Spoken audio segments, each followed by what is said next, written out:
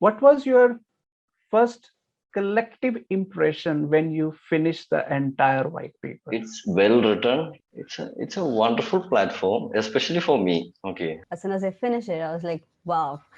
Your white paper is actually so clear and crisp and well explained that I never had any doubt in about any terms or anything else. Wherever I put I found something difficult to understand, I put it in my notes, and later on I had to erase it because it was so clearly explained later with proper reasons and logics that I did not have any doubt left afterwards. I was quite blown away by the forward vision that you had proposed in your paper, and I thought that this could revolutionize the man-woman relationship as we know it today.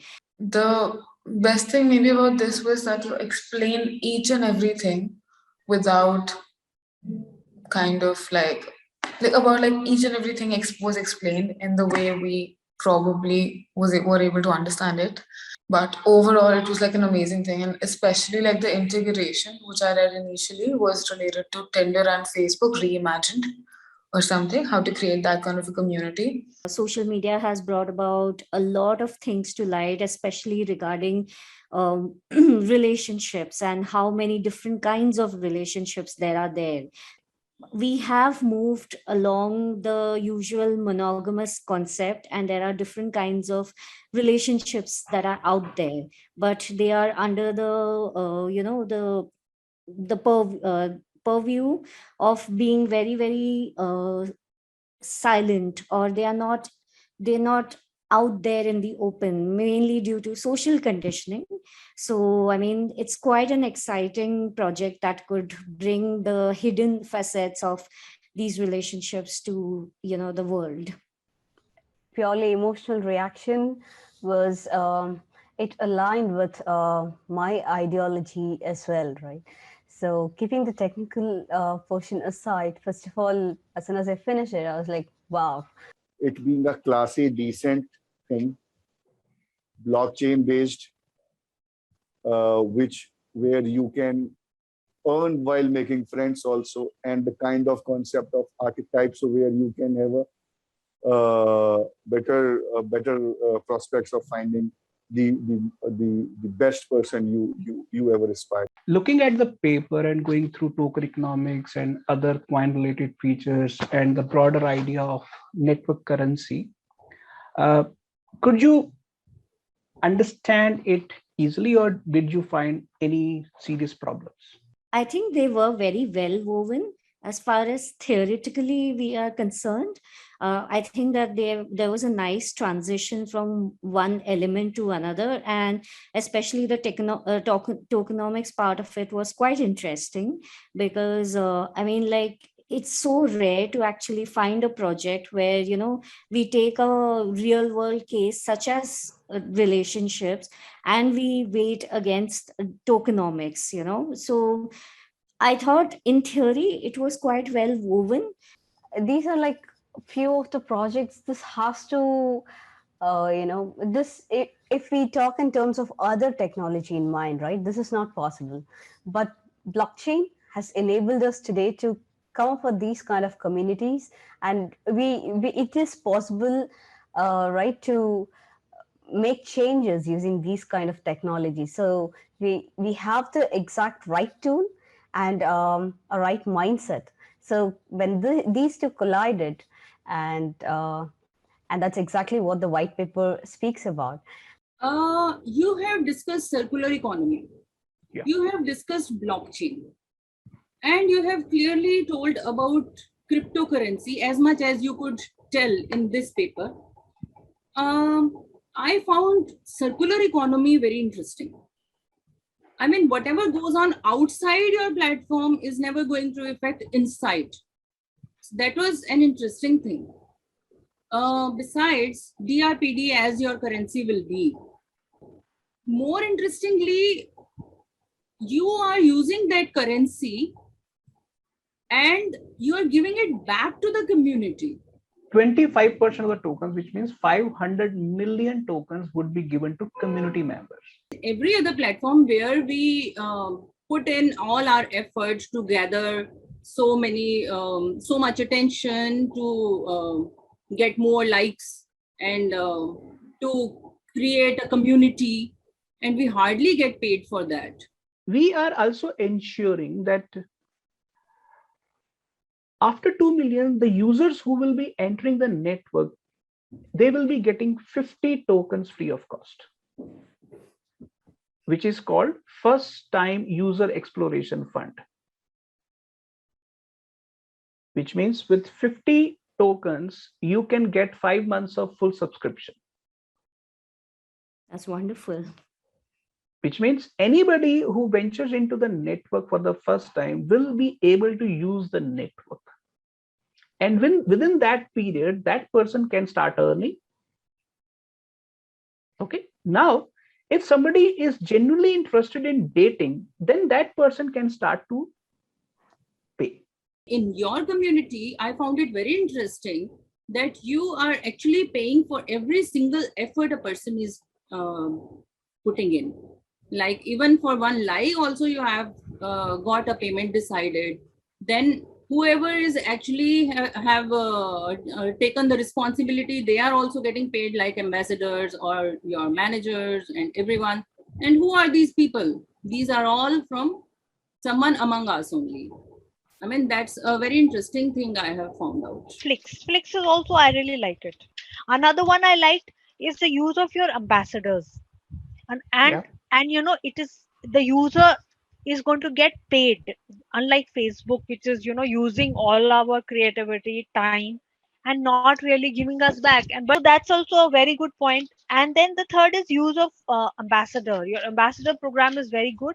Nobody can put spam in your chat box because that person would have to first pay 10 DRPD. Number two, we have also ensured that after every 24 hours, your chat history would be automatically deleted. So do you feel this platform, DropD platform, solves the problem of loyalty for dating app users? Absolutely. It have everything they want. I mean, the safety, the community, everything that they are what they are looking for in the dating apps. It's definitely, it makes my job as a woman easier actually.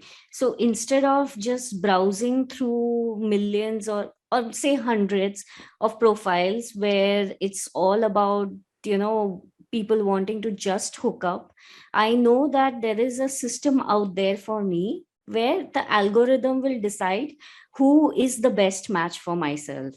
So that, I mean, of course, I am not somebody who is very, very active on dating site. I mean, once in a while, maybe.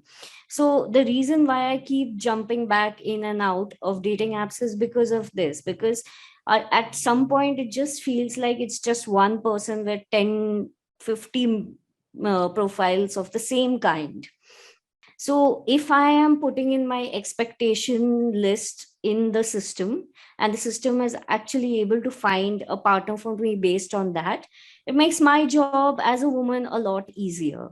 So yes, I think that this is quite promising. I think this is one thing that will really appeal to women. Women are, I say women because I think that women are more to incline towards steady relationships as compared to men.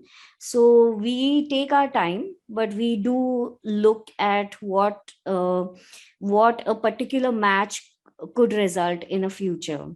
So as a woman, I think that that makes sense to me, and I would not want to leave that website. That helps me get a match based on my preferences, not picking any random say choice, so to speak. Matchmaking algorithm is basically the holy grail of all dating platforms because they don't reveal their matchmaking algorithms. So we are exactly doing the reverse. We are going to tell everybody that what is our matchmaking algorithm. So that is called 8 circles matchmaking algorithm. So these 8 circles work like this. First 4 circles are binary filters. Now, what do those circles do? The first circle is Kundli match. The Kundli match is not the traditional horoscope. Here, Kundli match is what you find 5 major features of your personality and what 5 major features of your partner's personality you want. Second one is zone match, which means whether you belong to seniors in love again, open marriage communes, or love grounds, the zone match is important. Then third one is gender preference match, whether you are interested in men, women, or both men and women. So that's the third preference. And the fourth preference is your first language. Sort of in a way, how people match their kundlis to the pandits and stuff, to the priests and stuff like that. And that was really interesting. This way, like, it's like nothing's left to like imagination. Nobody can have, some preconceived notions about somebody without talking to them in the first place. And everything from normal sexuality to basic things which they like, or sort of like the main personality traits are like already visible. So you don't have to like assume anything related to those people. It's a social media community, but all of these factors play into, how this can be made a stronger tool for people to find connections. So yes, I definitely agree that this can be something very, very promising with all these factors in place. Basically, 4 revenue products in this network. And first revenue product is monthly subscription. Second revenue product is view match, where for every view, you have to pay 1 DRPD. Then there is matchmaker. You can get the services of a matchmaker by paying 2000 DropD coins. And fourth one is Flix, floating live-in commitment stakes. Can you find these 4 revenue products in anywhere across the world? No, I haven't found any app that comes close to resembling this model. So I would say that yes, it is quite unique. Honestly, I haven't come across a project where, we weigh the number of likes according to, how much token of DRPD we can, stand to win. Have you found anybody who will not find this platform useful for him or her? No.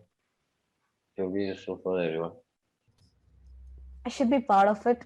Let's do this because this change is very much required. It's a necessity. It's a need.